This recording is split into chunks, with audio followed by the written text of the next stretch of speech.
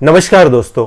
नौजवान रिपोर्टरों पर सत्ताधीशों के गुंडे बेखौफ और बेलगाम होकर हमला इसलिए करते हैं क्योंकि वो जानते हैं कि इन रिपोर्टरों के मठाधीश आका बेशर्म हैं, बिकाऊ हैं और हमारे इशारे पर कठपुतलियों की तरह नाचने को हर समय तैयार हैं। न्यूज चैनलों की एक यूनियन है, नाम है NBA, न्यूज ब्रॉडकास्टर्स एसोसिएशन। इस एसोसिएशन का अध्यक्ष इंडिया टीवी वाले रजत शर्मा है। लुटेनिया न्यूज चैनलों समेत कुल 77 न्यूज चैनलों का गैंग है ये एसोसिएशन। पत्रकारिता के हित में ये एसोसिएशन क्या काम करती है, कैसा काम करती है, अब जरा यह भी जानिए, समझिए। 1 अप्रैल को जीटीवी की नौजवान महिला पत्रकार, उसके फोटोग्राफर साथी और ड्राइवर पर हुए जानलेवा हमले पर यह पूरी एसोसिएशन 3 दिन बाद भी चुप्पी साधे। यह स्थिति तब है जब जीटीवी का सुधीर चौधरी भी इस एसोसिएशन के बोर्ड ऑफ डायरेक्टर्स में शामिल है।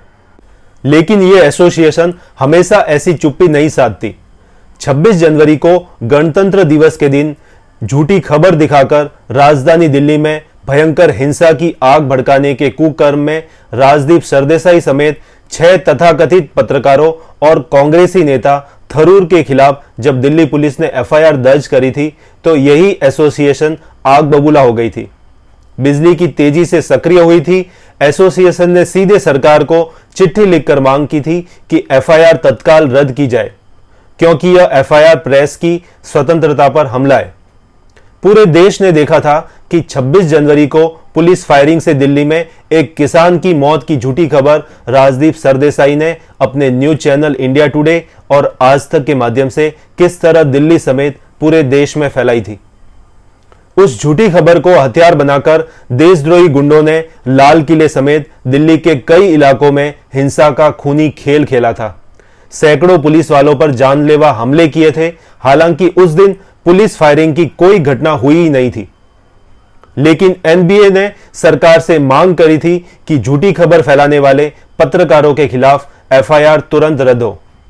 लेकिन यही NBA 26 जनवरी से केवल 3 महीने पहले 25 अक्टूबर को रिपब्लिक न्यूज चैनल की पत्रकारिता को जहरीली और सिद्धांतहीन घोषित करके उसे खुलेआम धमका रही थी, उसको चेतावनी दे रही थी कि वो अपनी सीमा में रहे और लक्ष्मण रेखा को ना लांगे।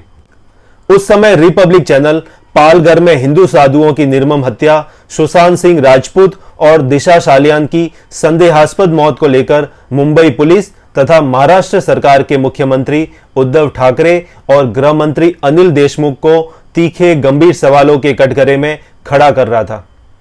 लेकिन NBA, न्यूज ब्रॉडकास्टर्स एसोसिएशन को यह रास नहीं आया था और वह रिपब्लिक चैनल को धमकाने पर उतारू हो गई थी। अर्नब के विरुद्ध अत्याचार की सारी हदें पार करने वाले परमबीर सिंह की प्रशंसा और समर्थन में रजत शर्मा भी खुशी से खूब झूमे थे। NBA के बोर्ड ऑफ डायरेक्टर्स में शामिल सुधीर चौधरी भी उन्हीं दिनों अपने कार्यक्रम DNA में सुशांत सिंह राजपूत को ड्रग एडिक्ट नशेड़ी सिद्ध करके यह ऐलान करने में जुटा हुआ था कि सुशांत ने आत्महत्या की है। यह सारे हथकंडे परमबीर और उद्धव सरकार को क्लीन चिट देने के लिए आजमाए जा रहे थे। NBA की करतूतों की कहानी यहीं खत्म नहीं होती। आगे की कहानी सुनकर आप चौंक जाएंगे। TRP घोटाले की जांच CBI से कराने के उत्तर प्रदेश के मुख्यमंत्री योगी के आदेश पर केंद्र सरकार ने जब CBI को जांच सौंप दी थी तो मुख्यमंत्री योगी के आदेश से NBA बुरी तरह तिलमिला गई थी और इसने केंद्र को चिट्ठी लिखकर मांग की थी कि CBI से जांच वापस ली जाए, क्योंकि मुंबई पुलिस बहुत अच्छे से जांच कर रही है। NBA ने यह मांग क्यों की थी, उसे मुंबई पुलिस का काम बहुत अच्छा क्यों लग रहा था, जरा यह भी समझिए। TRP घोटाले की जांच के निष्कर्ष अब सामने आ चुके हैं। रिपब्लिक चैनल के खिलाफ किसी भी प्रकार का कोई सबूत नहीं मिला है। रिपब्लिक के बजाय इंडिया टुडे चैनल के खिलाफ ठोस सबूत मिले हैं। इससे पहले जांच के नाम पर मुंबई पुलिस द्वारा की गई भ्रष्ट कार्रवाई की अदालत में धज्जियां भी उड़ चुकी है। लेकिन NBA को केवल मुंबई पुलिस की ही कार्रवाई इसलिए बहुत अच्छी और विश्वसनीय लग रही थी क्योंकि उसने अपनी जांच में इंडिया टुडे को क्लीन चिट देकर रिपब्लिक और उसके editor in chief Arnab Goswami को अपराधी घोषित कर दिया था। न्यूज ब्रॉडकास्टर्स एसोसिएशन के बोर्ड ऑफ डायरेक्टर्स में इंडिया टुडे की वाइस चेयरमैन और मैनेजिंग डायरेक्टर तथा मालिक अरुण पुरी की बेटी कली पुरी भी शामिल है। एनबीए की ऐसी करतूतों की लिस्ट बहुत लंबी है जिनका उल्लेख एक ही वीडियो में कर पाना असंभव है, लेकिन एक अत्यंत महत्वपूर्ण तथ्य के उल्लेख के साथ यह वीडियो समाप्त करूंगा। वह सर्वज्ञात तथ्य यह है कि सुशांत सिंह राजपूत की संदेहास्पद हत्या या आत्महत्या के बाद से देश में बॉलीवुड के खिलाफ भयंकर आक्रोश व्याप्त है। ऐसी स्थिति में बॉलीवुड की छवि सुधारने, उसका प्रचार करने का ठेका इसी एनबीए के प्रेसिडेंट और इंडिया टीवी के मालिक रजत शर्मा लिए हुए हैं। पता नहीं आप लोगों में से कितनों ने इस बात पर ध्यान दिया है कि पिछले 4-6 महीनों से इंडिया टीवी के कार्यक्रम आपकी अदालत में रजत शर्मा केवल बॉलीवुड के नाचने गाने वाले के पुराने कार्यक्रम ही दिखा रहा है। यह संयोग नहीं है, यह रजत शर्मा का प्रयोग है।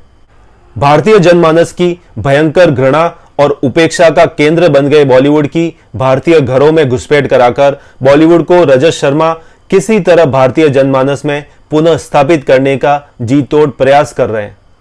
ध्यान रहे कि बॉलीवुड की एक खूबी है कि वो अपना कोई काम फ्री में नहीं कराता है, अपनी सेवा के बदले बोरा भर के मेवा देता है। आज ब्रीफ में ये एनबीए कथा इसलिए कही ताकि स्पष्ट कर सकूं कि जमीन पर काम करने वाले नौजवान रिपोर्टरों पर सत्ताधीशों के गुंडे बेखौफ और बेलगाम होकर हमला इसलिए करते हैं क्योंकि वो जानते हैं कि इन रिपोर्टरों के मठाधीश आका बेशर्म है, बिकाऊ है और हमारे इशारे पर कठपुतलियों की तरह नाचने को हर समय तैयार है। यदि आप इन तथ्यों से सहमत हैं तो इस शर्मनाक सच्चाई से हर नागरिक को अवगत कराने का प्रयास युद्ध स्तर पर करिए। Thank you very much. जय हिंद।